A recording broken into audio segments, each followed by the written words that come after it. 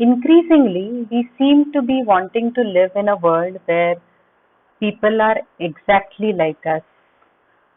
People who think like us, people who eat like us, people who pray like us. And there seems to be very little tolerance for differences, diversity of any kind, including neurodiversity. So the question that we need to ask ourselves is, what kind of a world do we want to live in? A world of otherization and stigma, or a world of understanding and kindness? And if the answer is latter, it is quite important that we have conversations about differences with children and young people of tomorrow. And storytelling perhaps is the best way to have these conversations. Forums like Bookosmia are giving an opportunity for our children with differences to voice their opinions. Uh, they are making our invisible children with disabilities visible. They are making their unheard voices heard. Um, it gives our children with neurodiversity the opportunity to share stories that they want to tell, paint the world with the colors they want to paint. This in turn hopefully leads to more interaction with other children, build friendships, build that understanding and empathy, and hopefully a better world for tomorrow. Thank you.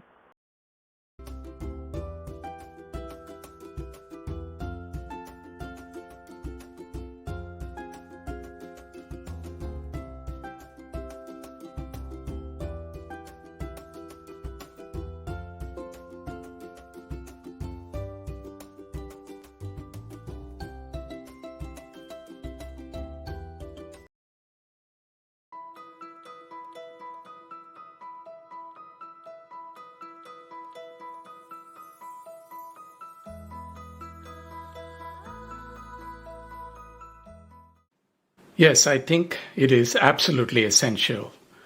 Humans are highly diverse in our physical and cognitive characteristics, and this is quite common and normal. When we look around and we see other people, we see that they are different from us physically, and by and large, we accept this variation as being part of humans. However, our brains, we cannot directly observe. We can only see them through the behavioral and cognitive characteristics of us as individuals. Now, while this variation is quite normal, the understanding that this variation is normal is unfortunately not very common in society. Now, children learn biases, stereotypes, stigmas, and other forms of prejudice by living in and observing society where prejudice exists. Parents, it turns out, play a huge role in this. It could be by direct reinforcement and modeling by their own behavior. But even if they are not directly reinforcing it, by simply observing how the parents are interacting with people from other groups and people that are different, and the comments and statements that they might casually make, children learn these prejudices. Now, schools can play a very important role in counteracting this programming, although that itself is an area of conflict and intense debate between parents and schools. Now, what can we do about that in schools? Okay, children need to be taught about the normalcy of neurodiversity in an age-appropriate manner throughout their schooling years. In the earlier years, maybe elementary school level, stories are very powerful ways of bringing concepts to light in children. And schools can then design activities that are aimed at reinforcing the concepts that are touched on in stories. Organizations like Bookosmia have a very critical role to play in partnering with schools to facilitate this. Now, in the middle and high school years, activities that are of experiential nature can be designed where students come together in work teams and are working on projects and other types of activities that are explicitly aimed at helping them discover the benefits of diversity and gain an appreciation for why diversity is essential for the human race.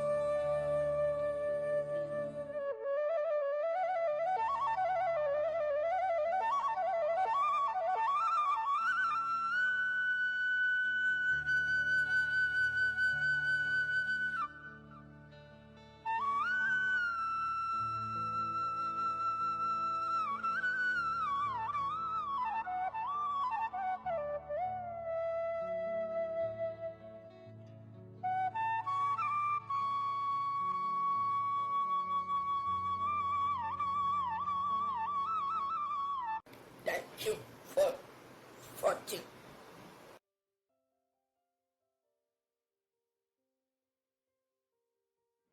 Hi Harnoor, this is Samridha Viswas from Kolkata. You know, I really enjoyed the artistic painting pieces you made. They are just wonderful. And I guess one can surely be able to understand Lord Krishna's birth, his childhood, his naughtiness, and the Kan's birth through your drawings. I really loved it. And you keep on moving in your life with your works like this. And I always will enthusiastically wait for your next videos. Stay happy all the time. Bye bye.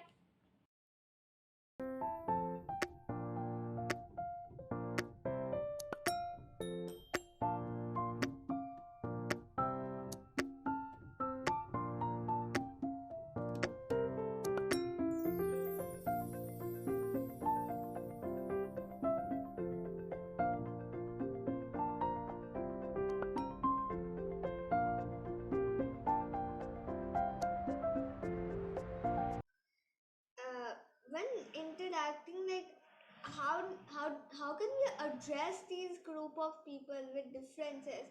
We can't call them they have disabilities, but how do we address them in books and when we are generally talking? I think first and foremost, let's just tell ourselves that there is no us and them. It is all us. We are all people with, we are all on a spectrum of some kind. We all have our skills, we have abilities, and we all have things that we aren't so good at. So we all have disabilities of some kind. So let's start perhaps by thinking that everyone's the same, and we need to discover ways to communicate. Right. So like that is something a lot of movies and books tend to get wrong all the time.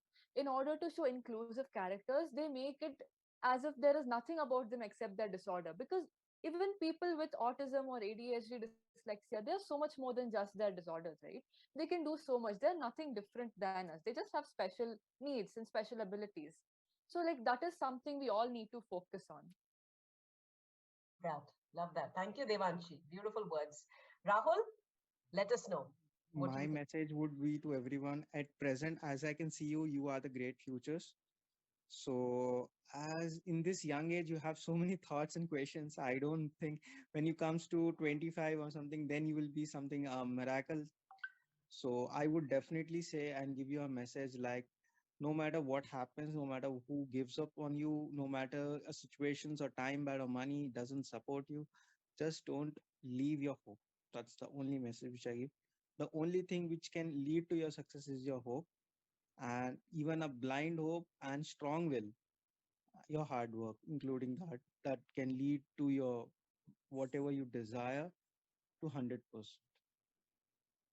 That's the only thing. Wise words indeed. Thank you, Rahul and Devanshi. What an amazing evening we've had. Lots of fun, laughter, lots of learnings. Exactly what we build the event as. So thank you for coming Thank in you and so making much. our evening so special on behalf of the team of Not That Different, on behalf of our lovely partners, and on behalf of our lovely Bookosmians who've joined here and all of those who support us in every way across the world. Thank you so much. And of course, a big thank you to Go Sports Foundation as well for this wonderful association. We look forward to interacting with all of you more. Thank you and have a lovely evening ahead. Goodbye. Thank you, ma'am. Thank you Thanks, so much. Archana. It was a great time. Thank you. Thank you.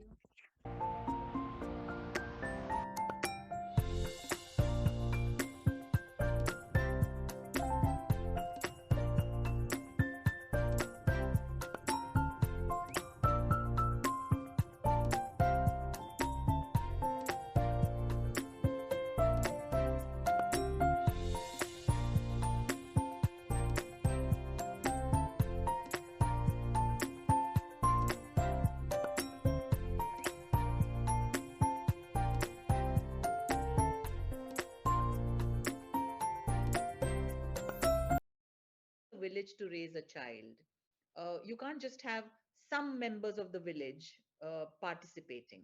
We need to have the entire village have that empathy for all children, irrespective of their needs, their way, their behavior, etc.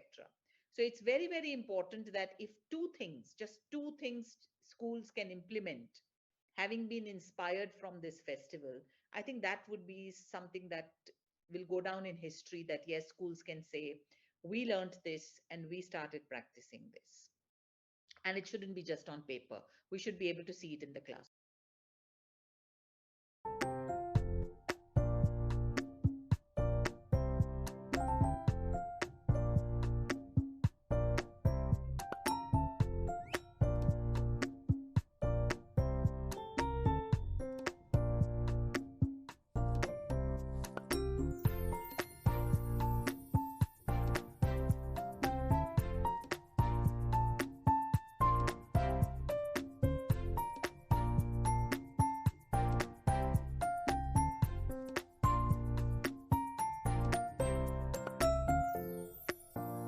I am a special needs mom, and for me, my child is the most perfect kid there ever can be. And while I love him and accept him and enable him to be the best of what he can be, I can't promise him a world that does the same. Not that different for me is that movement that your child will lead for making a better, more compassionate, and inclusive world for my child. We need to understand that neurodiversity is not a handicap, but people exist in different ways with differently wired brains. I can't make a separate world for him. I want this world to be accepting and loving and coexisting with him. For when he is understood and loved, he is not that different.